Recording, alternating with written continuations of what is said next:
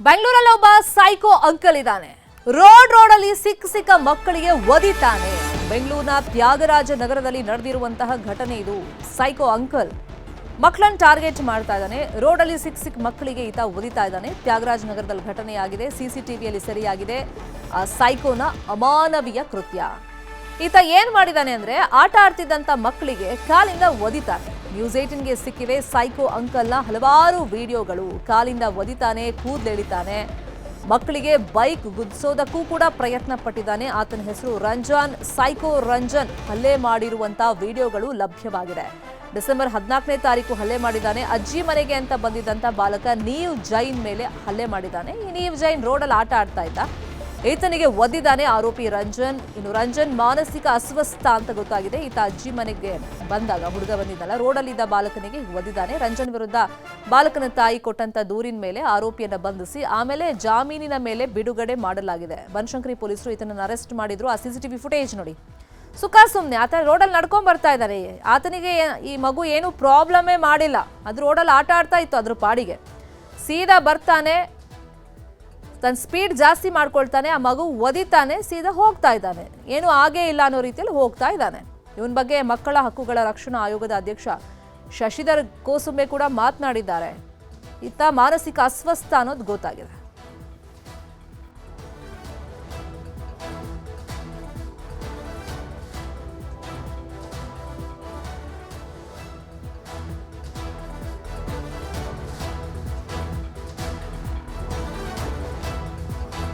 ನೋಡಿ, ಈತನ ಮಾನಸಿಕ ಅಸ್ವಸ್ಥತೆಯ ಪರಿಸ್ಥಿತಿ ಹೆಂಗಿದೆ ಅಂದ್ರೆ ನಡ್ಕೊಂಡು ಹೋಗ್ತಿದ್ದಾಗ ಆ ಮಗುಗೆ ಸುಮ್ಮನೆ ಒದ್ದಿದ್ದಾನೆ. ಇನ್ನೊಂದು ಕಡೆ ನೋಡಿ, ಆ ಮಕ್ಕಳನ್ನ ಕಂಡ್ರೆ ಈತ ಹಿಂಗೆ ಟಾರ್ಗೆಟ್ ಮಾಡ್ತಾನೆ. ಸುಮ್ಮನೆ ತಲೆಗೆ ಹೊಡೆದು ಹೋಗೋದು ಅಥವಾ ಬೈಕಿಂದ ಮಕ್ಕಳಿಗೆ ಗುದ್ಸಕ್ಕೆ ಹೋಗೋದು, ಇಂಥ ಪ್ರಯತ್ನಗಳನ್ನ ಈತ ಮಾಡಿದ್ದಾನೆ. ಮಕ್ಳು ಕಂಡ್ರೆ ಯಾಕೆ ಹಿಂಗೆ ಆಡ್ತಾನೆ ಅನ್ನೋದು ಗೊತ್ತಿಲ್ಲ. ಆದ್ರೆ ಮಕ್ಕಳು ನೋಡಿ ಸಿಟ್ಟು ಬರುತ್ತೆ ಅವನಿಗೆ, ಈ ಥರ ಕೃತ್ಯಗಳನ್ನ ಮಾಡ್ತಾ ಇದ್ದಾನೆ. ಹಾಗಾದ್ರೆ ಮಕ್ಕಳನ್ನ ಆಟ ಆಡಕ್ಕೆ ಬಿಡಕ್ಕೆ ಹೇಗೆ ಅಂತೇಳಿ ಪೋಷಕರಿಗೆ ಒಂದು ಆತಂಕ ಅಂತೂ ಇದ್ದೇ ಇರುತ್ತೆ. ಈ ಥರ ಸೈಕೋಪಾತ್ಗಳಿದ್ದಂಥ ಸಂದರ್ಭದಲ್ಲಿ, ಮಾನಸಿಕ ಅಸ್ವಸ್ಥರನ್ನ ಹೊರಗಡೆ ಬಿಟ್ಟಂಥ ಸಂದರ್ಭದಲ್ಲಿ ಈತ ಒಂದಲ್ಲ ಎರಡಲ್ಲ ಹಲವಾರು ಬಾರಿ ಈ ರೀತಿ ಮಕ್ಕಳನ್ನ ಟಾರ್ಗೆಟ್ ಮಾಡಿ ಹಲ್ಲೆಯನ್ನ ಪದೇ ಪದೇ ಮಾಡ್ತಾ ಇದ್ದಾನೆ. ಹಾಗಾಗಿ ಪೊಲೀಸರು ಈತನ ಮೇಲೆ ಕ್ರಮ ಕೈಗೊಳ್ಳಬೇಕು ಅಂತೇಳಿ ಕಂಪ್ಲೇಂಟು ಕೊಟ್ಟಿದ್ರು. ಆತನನ್ನ ಅರೆಸ್ಟ್ ಮಾಡಿದ್ರು. ಬಟ್ ಈತ ಮಾನಸಿಕ ಅಸ್ವಸ್ಥ ಅಂತ ಗೊತ್ತಾದ್ಮೇಲೆ ಜಾಮೀನಿನ ಮೇಲೆ ಆತನನ್ನ ಬಿಡುಗಡೆ ಮಾಡಿ ಕಳಿಸಿದ್ದಾರೆ. ಹಾಗಂತ ಸುಮ್ಮನೆ ಇರಂಗೂ ಇಲ್ಲ. ನೋಡಿ, ಈಗ ಮಕ್ಕಳನ್ನ ಮತ್ತೆ ಆತ ಟಾರ್ಗೆಟ್ ಮಾಡ್ತಲೇ ಇರ್ತಾನೆ. ಅಥವಾ ಕಂಪ್ಲೇಂಟ್ ಕೊಟ್ಟಿದ್ದಾರೆ, ತನ್ನ ಸ್ಟೇಷನ್ಗೆ ಕರೆಸಿದ್ರು, ಅರೆಸ್ಟ್ ಮಾಡಿಸಿದ್ರು ಅನ್ನೋ ಸಿಟ್ಟಿಗೆ ಮತ್ತಷ್ಟು ಆತ ಈ ಥರ ಕೃತ್ಯಗಳನ್ನು ಜಾಸ್ತಿ ಮಾಡಿದ್ರೂ ಮಾಡ್ತಾನೆ, ಹೇಳೋಕ್ಕಾಗಲ್ಲ. ಹಾಗಾಗಿ ಪೋಷಕರು ಮಕ್ಕಳ ಬಗ್ಗೆ ಸ್ವಲ್ಪ ನಿಗಾ ಇನ್ನಷ್ಟು ಇಡಬೇಕಾಗತ್ತೆ. ಈಗ ಬೆಂಗಳೂರಲ್ಲಂತೂ ಆಟ ಆಡಬೇಕು ಅಂತಂದರೆ ಮನೆಯಿಂದ ಹೊರಗಡೆನೆ ಮಕ್ಕಳನ್ನ ಬಿಡಬೇಕಾಗತ್ತೆ. ರೋಡ್ ಸೈಡಲ್ಲಿ ಆಟ ಆಡ್ತಾ ಇರ್ತವೆ. ಆ ಟೈಮ್ನಲ್ಲಿ ಪೋಷಕರು ಕೂಡ ಹೆಚ್ಚು ಗಮನ ಕೊಡ್ತಾ ಇರಲ್ಲ. ಅವ್ರ ಕೆಲಸದಲ್ಲಿ ಅವರು ನಿರತರಾಗಿರ್ತಾರೆ. ಅಂಥ ಟೈಮ್ನಲ್ಲಿ ಸೈಕೋ ನೋಡಿ ಏನು ಮಾಡಿದ್ದಾರೆ ಅಂತೇಳಿ ಮಕ್ಕಳನ್ನ ಟಾರ್ಗೆಟ್ ಮಾಡೋದು. ಅಂದರೆ ಮಕ್ಕಳೇನಲ್ಲಿ ಪಾಪ ಕೆಲವರು ಆಟ ಆಡ್ತಿದ್ದಾರೆ, ಹೌದು. ಇನ್ನು ಕೆಲವರು ತಂಪಾಡಿಗೆ ತಾವು ನಡ್ಕೊಂಡು ಹೋಗ್ತಾ ಇದ್ದಾರೆ ಮಕ್ಕಳು. ಅಂಥವ್ರೂ ಬಿಡಲ್ಲ. ಸುಮ್ಮನೆ ಬರೋದು, ಅವ್ರ ತಲೆಗೆ ಹೊಡೆಯೋದು, ಅವ್ರ ಮೇಲೆ ಹಲ್ಲೆ ಮಾಡೋದು, ಅದಾದಮೇಲೆ ಬೈಕಿಂದ ಗುದ್ಸೋ ಪ್ರಯತ್ನ ಮಾಡೋದು, ಕಾಲಿಂದ ಒದಿಯೋದು, ಇಂಥದ್ದೆಲ್ಲ ಆತ ಮಾಡ್ತಾ ಇದ್ದ. ಹಾಗಾಗಿ ಪೋಷಕರು ಕಂಪ್ಲೇಂಟ್ ಕೊಟ್ಟಿದ್ರು, ಪೊಲೀಸರು ಅರೆಸ್ಟು ಮಾಡಿದ್ರು. ಬಟ್ ಈತ ಒಬ್ಬ ಸೈಕೋ, ಅಂದರೆ ಮಾನಸಿಕ ಅಸ್ವಸ್ಥ ಅನ್ನೋದು ಗೊತ್ತಾಗಿದೆ.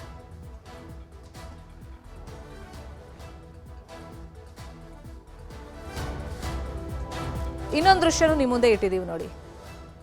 ಒಂದು ದೃಶ್ಯದಲ್ಲಿ ನಡ್ಕೊಂಡ್ ಬರ್ತಿರ್ತಾನೆ, ಆ ಮಗು ಆಟ ಆಡ್ತಿರುತ್ತೆ, ತನ್ನ ಕಾಲಿಂದ ಒದಿತಾನೆ, ಮಗುನ ಬೀಳಿಸ್ತಾನೆ. ಏನೂ ಆಗಿಲ್ಲ ಅನ್ನೋ ರೀತಿಯಲ್ಲಿ ತನ್ನ ಪಾಡಿ ತಾನು ಮುಂದಕ್ಕೆ ನಡ್ಕೊಂಡು ಹೋಗ್ಬಿಟ್ಟಿದ್ದಾನೆ.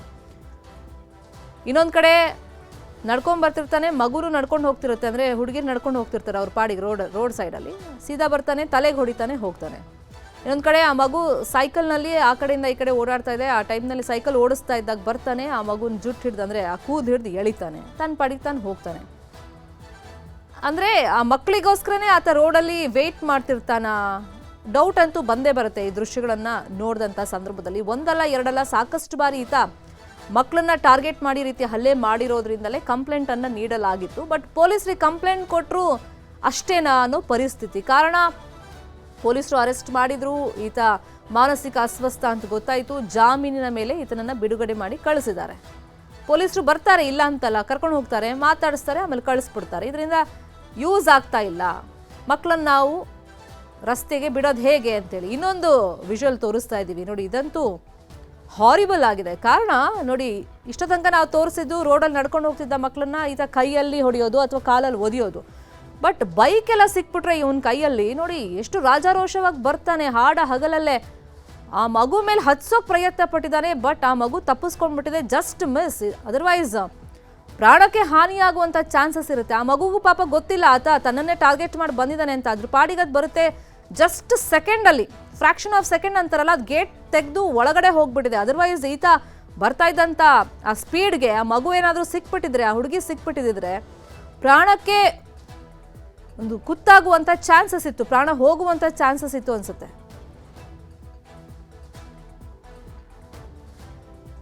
ಮಕ್ಕಳು ಆಟ ಆಡ್ತಕ್ಕಂಥ ವೇಳೆಯಲ್ಲಿ ವ್ಯಕ್ತಿಯೊಬ್ಬ ಒಂದು ಮಗುವಿನ ಮೇಲೆ ಹಲ್ಲೆ ಮಾಡಿದ್ದು ಕರ್ನಾಟಕ ರಾಜ್ಯ ಮಕ್ಕಳ ಹಕ್ಕುಗಳ ಆಯೋಗ ತೀವ್ರವಾಗಿ ಕಳವಳ ವ್ಯಕ್ತಪಡಿಸ್ತಾ ಇದೆ. ಯಾಕೆಂದರೆ ಮಕ್ಕಳು ಪಾಪ ಅವ್ರ ಪಾಡಿಗೆ ಅವರು ಆಟ ಆಡ್ತಾ ಇದ್ದಾರೆ. ಆಟ ಆಡ್ತಾ ಇದ್ದಕ್ಕಂಥ ವ್ಯಕ್ತಿ ಬಂದು ಆ ಥರ ಹಲ್ಲೆ ಮಾಡಿದ್ದು, ಕೌರೆ ಮಾಡಿದ್ದು, ಹಿಂಸೆ ಮಾಡಿದ್ದು ಭಾಳ ಬೇಸರದ ಸಂಗತಿ. ಜೆ ಆ್ಯಕ್ಟ್ ಸೆಕ್ಷನ್ 75 BNS 89 ಪ್ರಕಾರ ಆ ಒಂದು ಪ್ರಕರಣವನ್ನು ದಾಖಲಿಸಿ ಮುಂದೆ ಕಾನೂನಿನ ಕ್ರಮಕ್ಕೆ ಮುಂದಾಗಬೇಕಂತೇಳಿ ಆಯೋಗ ತಮ್ಮ ಮೂಲಕ ಹೇಳಿಕ್ಕೆ ಇಚ್ಛೆಪಡ್ತಾ ಇದೆ. ಪ್ರತಿಯೊಬ್ಬರು ಸಹಿತ ಈ ಸಮಾಜದಲ್ಲಿರ್ತಕ್ಕಂಥ ಪ್ರತಿಯೊಬ್ಬರು ಮಕ್ಕಳಿಗೆ 18 ವರ್ಷ ಪೂರ್ಣಗೊಳ್ಳುವವರೆಗೆ ಭಾಳ ಗೌರವದಿಂದ, ಘನತೆಯಿಂದ, ಖುಷಿಯಿಂದ ಬದುಕಲಿಕ್ಕೆ ಅವಕಾಶ ಕೊಡಬೇಕು. ಈ ಥರದ ಒಂದು ಘಟನೆಗಳು ಅಲ್ಲಲ್ಲಿ ಪದೇ ಪದೇ ಆಗ್ತಿರೋದು ರಾಜ್ಯ ಮಕ್ಕಳ ಹಕ್ಕುಗಳ ಆಯೋಗ ಭಾಳಷ್ಟು ಒಂದು ಗಂಭೀರವಾಗಿ ತೆಗೆದುಕೊಂಡಿದೆ. ಹೀಗಾಗಿ ಈ ಒಂದು ಪ್ರಕರಣವನ್ನು ನಾವು ಕರ್ನಾಟಕ ರಾಜ್ಯ ಮಕ್ಕಳ ಹಕ್ಕುಗಳ ಆಯೋಗದಲ್ಲಿ ಸ್ವಯಂ ಪ್ರೇರಿತ ಪ್ರಕರಣ ದಾಖಲು ಮಾಡ್ಕೊಳ್ತೀವಿ. ಯಾವ ರೀತಿಯಾಗಿ ಯಾವ ಕಾರಣಕ್ಕಾಗಿ ಈ ಘಟನೆ ನಡೆದಿದೆ, ಇದರ ಹಿನ್ನೆಲೆ ಏನು, ಯಾವ ಉದ್ದೇಶಕ್ಕಾಗಿ ವ್ಯಕ್ತಿ ಈ ಥರ ಮಾಡಿದ್ದಾರೆ ಅನ್ನೋದ್ರ ಬಗ್ಗೆ ಪತ್ತೆ ಹಚ್ಚಿ ಸೂಕ್ತ ಕ್ರಮಕ್ಕಾಗಿ ನಾವು ಸಂಬಂಧಪಟ್ಟಂಥವರಿಗೆ ಶಿಫಾರಸು. ವಿಚಾರವಾಗಿ ಇನ್ನಷ್ಟು ಡೀಟೇಲ್ ಆಗಿ ಇನ್ಫಾರ್ಮೇಶನ್ ಕೊಡ್ತಾ ಹೋಗೋದಕ್ಕೆ ಫೋನ್ ಸಂಪರ್ಕದಲ್ಲಿ ಕನೆಕ್ಟ್ ಆಗಿದ್ದಾರೆ ನಮ್ಮ ರಿಪೋರ್ಟರ್ ಮಾದೇಶ್. ಒಂದೊಂದು ದೃಶ್ಯ ನೋಡಿದ್ರು ಕೂಡ ಆತನ ಮಾನಸಿಕ ಪರಿಸ್ಥಿತಿ ಏನಿದೆ ಅನ್ನೋದು ಗೊತ್ತಾಗುತ್ತೆ. ಬಟ್ ಮಕ್ಕಳನ್ನ ಪೋಷಕರು ರೋಡ್ ಸೈಡ್ ಆಟಾಡೋಕೆ ಅಥವಾ ಓಡಾಡೋಕೆ ಬಿಡೋದು ಹೆಂಗೆ ಅಂತಾನೂ ಕೂಡ ಒಂದು ರೀತಿ ಆತಂಕ ವ್ಯಕ್ತವಾಗುತ್ತೆ ಈ ದೃಶ್ಯಗಳನ್ನ ನೋಡಿದಾಗ. ಅಂದ್ರೆ ಈಗ ಪೊಲೀಸರಿಗೆ ಇನ್ಫಾರ್ಮ್ ಮಾಡಿದ್ರು ಯೂಸ್ ಇಲ್ಲ ಅನ್ನೋ ಪರಿಸ್ಥಿತಿ. ಸೊ ಈತ ಮೂಲತಃ ಎಲ್ಲಿ, ಅವನು ಯಾಕೆ ಈ ರೀತಿ ಮಾಡ್ತಾ ಇದ್ದಾನಂತೆ, ಟ್ರೀಟ್ಮೆಂಟ್ನ ಅಗತ್ಯ ಇದ್ರೆ ಅಲ್ಲಿಗಾದ್ರೂ ಕಳಿಸ್ಬೇಕಲ್ವಾ? ಖಂಡಿತ ಶರ್ಮಿತಾ, ಈ ಒಂದು ಘಟನೆಯ ಬಗ್ಗೆ ಆ ಒಂದು ಏರಿಯಾದ ಜನರು ಕೂಡ ಸಾಕಷ್ಟು ಅಸಮಾಧಾನಗೊಂಡಿದ್ದಾರೆ, ಜೊತೆಗೆ ಭಯಭೀತರಾಗಿದ್ದಾರೆ. ಯಾಕಂದ್ರೆ ಅಲ್ಲಿಯೇ ಆ ಆರೋಪಿಯ ಅಜ್ಜಿಯ ಮನೆ ಕೂಡ ಇದೆ. ಆತ ತ್ಯಾಗರಾಜನಗರದಿಂದ ಹಿಡಿದು ಅಲ್ಲಿಗೆ ಅಜ್ಜಿಯ ಮನೆಗೆ ಅಂತೇಳಿ ಆಗಾಗ ಬಂದು ಹೋಗ್ತಿರ್ತಾನೆ. ಆ ಒಂದು ಸಂದರ್ಭದಲ್ಲಿ ಅಲ್ಲಿ ಆಟ ಆಡುವಂತ ಮಕ್ಕಳಿಗೆ ಈ ರೀತಿಯಾಗಿ ಹಲ್ಲೆ ಮಾಡುವಂತದ್ದಾಗಿರ್ಬೋದು, ರೇಗ್ಸಾಡುವಂತದ್ದಾಗಿರ್ಬೋದು, ಈ ರೀತಿಯಾದಂತ ಒಂದು ಕೃತ್ಯಗಳನ್ನ ಎಸಗ್ತಿದ್ದ ಅಂತ ಹೇಳಿ ಗೊತ್ತಾಗಿದೆ. ಈ ಮುಂಚೆ ಕೂಡ ಆತ ಮಕ್ಕಳ ಮೇಲೆ ಈ ರೀತಿಯಾಗಿ ಒಂದಷ್ಟು ಅನುಚಿತ ವರ್ತನೆಯನ್ನ ತೋರಿದ್ದಾನೆ. ಆದ್ರೆ ಅದು ಕಂಪ್ಲೇಂಟ್ ಕೊಡುವಂತ ಲೆವೆಲ್ಗಾಗ್ಲಿ ಅಥವಾ ಅರೆಸ್ಟ್ ಮಾಡುವಂತ ವಿಚಾರಕ್ಕಾಗ್ಲಿ ಹೋಗಿರ್ಲಿಲ್ಲ. ಜೊತೆಗೆ ಬದಲಾಗಿ ಅಲ್ಲೇ ಸಣ್ಣ ಪುಟ್ಟ ಜಗಳವಾಗಿ ಅಲ್ಲೇ ಕ್ಲಿಯರ್ ಕೆಲಸ ಆಗ್ತಿತ್ತು. ಆದ್ರೆ ಕಳೆದ ಬಾರಿ ಆಗಿದ್ದಂತ ಈ ಒಂದು ಘಟನೆ ಏನಿದೆ ಅಂದ್ರೆ ಸೀದಾ ಆ ಮಗುವನ್ನ ಆ ರೀತಿ ಫುಟ್ಬಾಲ್ ರೀತಿ ಒದ್ದಂತ ವಿಚಾರವಾಗಿ ಅದು ಗಂಭೀರವಾಗಿ ಆ ಮಗು ಕೂಡ ಗಾಯ ಆಗಿರುತ್ತೆ. ಕೂಡಲೇ ಆ ಮಗುವಿನ ತಾಯಿ ಠಾಣೆಗೆ ಹೋಗಿ ಪೊಲೀಸ್ ಠಾಣೆಗೆ ದೂರು ನೀಡಿದ ನಂತರ ಈ ರೀತಿಯಾದಂತ ಒಂದು ಕ್ರಮ ಆಯ್ತು. ಆದ್ರೂ ಕೂಡ ಆತ ಮಾನಸಿಕ ಅಸ್ವಸ್ಥ ಅನ್ನುವಂಥದ್ದಾಗಿರ್ಬೋದು, ಜೊತೆಗೆ ತೀವ್ರ ಗಂಭೀರ ಸ್ವರೂಪದ ಪ್ರಕರಣ ಅಲ್ಲ ಕಾರಣಕ್ಕಾಗಿ ಸದ್ಯಕ್ಕೆ ಆತ ಬೇಲ್ ಮೇಲೆ ಹೊರಗಡೆ ಬಂದಿದ್ದಾನೆ. ಆದ್ರೆ ಹೊರಗಡೆ ಬಂದಂತ ಸಂದರ್ಭದಲ್ಲಿ ಕೂಡ ಆತ ಆರೋಪಿ ಈ ರೀತಿಯಾಗಿ ಮತ್ತೆ ಮಕ್ಕಳ ಮೇಲೆ ಈ ರೀತಿಯಾಗಿ ಹಲ್ಲೆಗೆ ಮುಂದಾಗಬಹುದು ಅನ್ನುವಂತ ಒಂದಷ್ಟು ಆತಂಕ ಅಲ್ಲಿನ ಸ್ಥಳೀಯರಿಗೆ ಮೂಡಿದೆ. ಹೀಗಾಗಿ ಆತನ ವಿರುದ್ಧ ಕೂಡಲೇ ಕ್ರಮ ಕೈಗೊಳ್ಬೇಕು ಅಥವಾ ಆತನನ್ನ ಬೇರೆ ಕಡೆ ಕಳಿಸ್ಬೇಕು ಅಂತ ಹೇಳಿ ಅಲ್ಲಿನ ಸ್ಥಳೀಯರು ಆಕ್ರೋಶವನ್ನ ವ್ಯಕ್ತಪಡಿಸುವಂತ ಕೆಲಸವನ್ನ ಮಾಡ್ತಿದ್ದಾರೆ. ಈ ಒಂದು ವಿಚಾರಕ್ಕೆ ಸಂಬಂಧಪಟ್ಟಂತೆ ಪೊಲೀಸರು ಕೂಡ ಅದ್ರ ಬಗ್ಗೆ ಏನ್ ಕ್ರಮ ಕೈಗೊಳ್ಬಹುದು ಅನ್ನುವಂತ ನಿಟ್ಟಿನಲ್ಲಿ, ಕಾನೂನಿನ ಕ್ರಮವಾಗಿ ಏನ್ ಕೈಗೊಳ್ಬಹುದು ಮುಂದೆ ಅನ್ನುವಂತ ನಿಟ್ಟಿನಲ್ಲೂ ಕೂಡ ಚರ್ಚೆ ಮಾಡುವಂತ ಕೆಲಸವನ್ನ ಮಾಡ್ತಿದ್ದಾರೆ. ಇದರ ಜೊತೆಗೆ ಈ ಒಂದು ವಿಚಾರ ಕೂಡ ಈಗ ಮಕ್ಕಳ ಹಕ್ಕು ಒಂದು ಇಲಾಖೆಗೂ ಕೂಡ ಒಂದು ದೂರ ಹೋಗಿದೆ. ಅಲ್ಲೂ ಕೂಡ ಅಧಿಕಾರಿಗಳು ಕೂಡ ಈ ಒಂದು ವಿಚಾರಕ್ಕೆ ಸಂಬಂಧಪಟ್ಟಂತೆ ಆರೋಪಿಯ ಬಗ್ಗೆ ಮಾಹಿತಿಯನ್ನ ಕಲೆ ಹಾಕುವಂತ ಕೆಲಸವನ್ನು ಮಾಡ್ತಿದ್ದಾರೆ. ಆತನ ವಿರುದ್ಧ ಮತ್ತಷ್ಟು ಪ್ರಕರಣ ದಾಖಲಾಗುವಂತ ಸಾಧ್ಯತೆ ಇದೆ. ಯಾಕಂದ್ರೆ ಈಗ ಮಕ್ಕಳ ಇಲಾಖೆ ಕೂಡ ಈ ಒಂದು ವಿಚಾರವನ್ನ ಗಮನಿಸಿರೋದ್ರಿಂದ ಆ ಇಲಾಖೆಯಿಂದ ಕೂಡ ಈಗ ಕ್ರಮವನ್ನ ಕೈಗೊಳ್ಳುವಂತಹ ಸಾಧ್ಯತೆ ಇದೆ.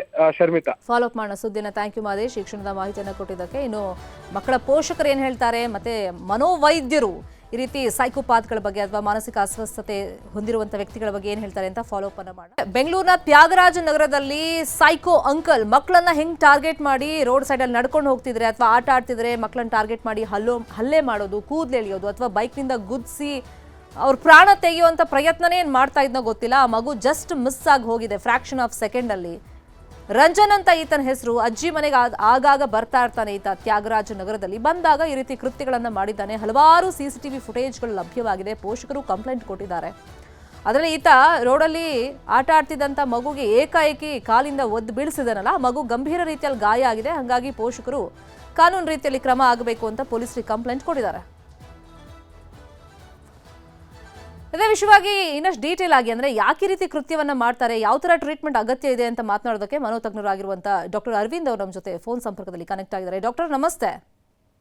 ನಮಸ್ತೆ ಮೇಡಮ್. ಒಂದ್ಸತಿ ಅಲ್ಲ ಸಾಕಷ್ಟು ಸತಿ ಈ ಸೈಕೋ ಅಂಕಲ್ ಮಕ್ಕಳನ್ನ ಟಾರ್ಗೆಟ್ ಮಾಡಿ ಸುಮ್ಮನೆ ಅವ್ರ ಪಾಡಿ ಮಕ್ಳು ಆಟ ಆಡ್ತಿದ್ರು, ರೋಡಲ್ಲಿ ನಡ್ಕೊಂಡು ಹೋಗ್ತಿದ್ರು, ಬಿಡೋದಿಲ್ಲ. ಪೊಲೀಸ್ ಹತ್ರ ಹೋದ್ರೆ ಜಾಮೀನ್ ಸಿಗುತ್ತೆ, ಹೊರಗಡೆ ಬಂದ್ಬಿಡ್ತಾನೆ. ಅಂದ್ರೆ ಯಾವ ತರದ ಮೆಂಟಾಲಿಟಿ ಇದು ಅಂತ?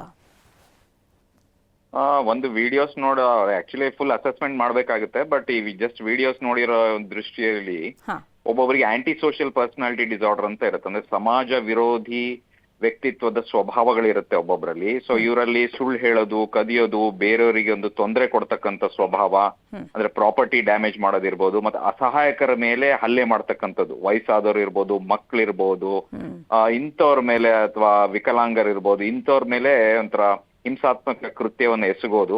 ಅದರಲ್ಲಿ ಅವರಿಗೆ ಒಂಥರ ಒಂದ್ ರೀತಿ ಪ್ಲೆಜರ್ ಸಿಗ್ತಾ ಇರುತ್ತೆ, ಅವ್ರಿಗೆ ಒಂಥರ ಏನೋ ಖುಷಿ ಸಿಗ್ತಾ ಇರುತ್ತೆ. ನಮಗೆ ಬೇರೆ ಯಾರಿಗಾರೋ ಸ್ವಲ್ಪ ನೋವಾದ್ರೆ ನಮ್ಮ ಮನ್ಸಿಗೆ ಒಂಥರ ಬೇಸರ ಆಗುತ್ತೆ, ನಾವೊಂದು ಕಾಳಜಿ ಕರುಣೆ ತೋರಿಸ್ತೀವಿ. ಇವರೆಲ್ಲ ಕಾಳಜಿ ಕರುಣೆ ಇರೋದಿಲ್ಲ, ಅವರಿಗೆ ಒಂಥರ ಹಿಂಸಾತ್ಮಕ ಕೃತ್ಯದಲ್ಲಿ ಅವ್ರಿಗೆ ಏನೋ ಒಂದು ಬೇರೆ ರೀತಿಯಾದ ವಿಕೃತ ಖುಷಿ ಸಿಗ್ತಾ ಇರುತ್ತೆ. ಸೊ ಆ ರೀತಿಯಾಗಿ ಆಂಟಿ ಸೋಷಿಯಲ್ ಪರ್ಸನಾಲಿಟಿ ಇರಬಹುದು. ಅದು ಬಿಟ್ರೆ ಬೇರೆ ಮಾನಸಿಕ ಸಮಸ್ಯೆಗಳಾಗಿರತಕ್ಕಂತ ಸ್ಕಿಜೋಫ್ರೀನಿಯಾ ಇರಬಹುದು, ಅಥವಾ ಡ್ರಗ್ ಅಬ್ಯೂಸ್, ಈಗ ಒಂದು ಗಾಂಜೆಯ ನಶೆಯಲ್ಲಿ ಇರ್ಬೋದು, ಆಲ್ಕೋಹಾಲಿನ ನಶೆಯಲ್ಲಿ ಇರ್ಬೋದು, ಅಥವಾ ಬೇರೆ ಡ್ರಗ್ಸಿನ ನಶೆಯಲ್ಲಿ ಕೂಡ ಈ ತರ ಮಾಡಿರ್ಬಹುದು. ಈ ಸ್ಕಿಜೋಫ್ರೀನಿಯಾ ಅಥವಾ ಬೈಪೋಲಾರ್ ಅಲ್ಲಿ ಏನಾಗುತ್ತೆ ಅಂದ್ರೆ ಡೆಲ್ಯೂಷನ್ ಇರುತ್ತೆ. ಅಂದ್ರೆ ಮಕ್ಕಳ ಬಗ್ಗೆ ಏನಾರ ಒಂದು ಕೆಟ್ಟ ಮನೋಭಾವ ಇರತಕ್ಕಂಥದ್ದು, ಅವರಿಗೆ ಬೇರೆ ದೃಷ್ಟಿಯಲ್ಲಿ ನೋಡ್ತಕ್ಕಂಥದ್ದು, ಅಥವಾ ಮಕ್ಕಳಿಂದ ತನಿಗೇನೋ ತೊಂದರೆ ಆಗ್ಬಿಡ್ಬಹುದು ಅನ್ನೋ ದೃಷ್ಟಿಯಲ್ಲಿ ಕೂಡ ಅವ್ರು ಆತರ ಮಾಡಿರ್ಬಹುದು. ಬಟ್ ಅವ್ರಿಗೆ ಅದೇ ಒಂದು ಸರಿಯಾದ ಒಂದು ಮನೋಚಿಕಿತ್ಸಕರಲ್ಲಿ ಒಂದು ಅಸೆಸ್ಮೆಂಟ್ ಆಗ್ಬೇಕು. ಅಸೆಸ್ಮೆಂಟ್ ಆದ್ಮೇಲೆ ಅವ್ರಿಗೆ ಯಾವ ರೀತಿ ಈ ತರ ವ್ಯಕ್ತಿತ್ವ ದೋಷಗಳಿದೆಯಾ, ಅಥವಾ ಮಾನಸಿಕ ಸಮಸ್ಯೆಗಳಿದೆಯಾ, ಅಥವಾ ಈ ಆಲ್ಕೋಹಾಲ್ ಡ್ರಗ್ಸ್ ಅಬ್ಯೂಸ್ ಇದೆಯಾ ಅಂತ ಸರಿಯಾಗಿ ತಿಳ್ಕೊಂಡು ಅವರಿಗೆ ಒಂದು ಮಾನಸಿಕವಾದ ಚಿಕಿತ್ಸೆ, ಅದರಲ್ಲಿ ಮೊದಲನೇದಾಗಿ ಅವರಿಗೆ ಒಂದು ಮೆಡಿಕೇಶನ್ಸು ಬೇಕಾಗುತ್ತೆ. ಅವ್ರ ಸಿಟ್ಟು, ಕೋಪ ಇದನ್ನೆಲ್ಲ ವಿಕೃತ ಸ್ವಭಾವವನ್ನ ಕಂಟ್ರೋಲ್ ಮಾಡ್ಲಿಕ್ಕೆ, ಜೊತೆಗೆ ಅವ್ರಿಗೆ ವ್ಯಕ್ತಿತ್ವ ವಿಕಾಸನ ಮಾಡ್ಲಿಕ್ಕೆ ಒಂದು ಸರಿಯಾದ ರೀತಿಯಾಗಿ ಒಂದು ಕೌನ್ಸಿಲಿಂಗ್, CBT ಈ ತರದ್ ಬೇಕಾಗುತ್ತೆ. ಓಕೆ, ಸುದ್ದಿಯನ್ನು ಫಾಲೋ ಅಪ್ ಮಾಡ್ತೀವಿ. Thank you so much doctor ಮಾತನಾಡಿದ್ದಕ್ಕೆ, ಇನ್ಫಾರ್ಮೇಶನ್ ಕೊಟ್ಟಿದ್ದಕ್ಕೆ.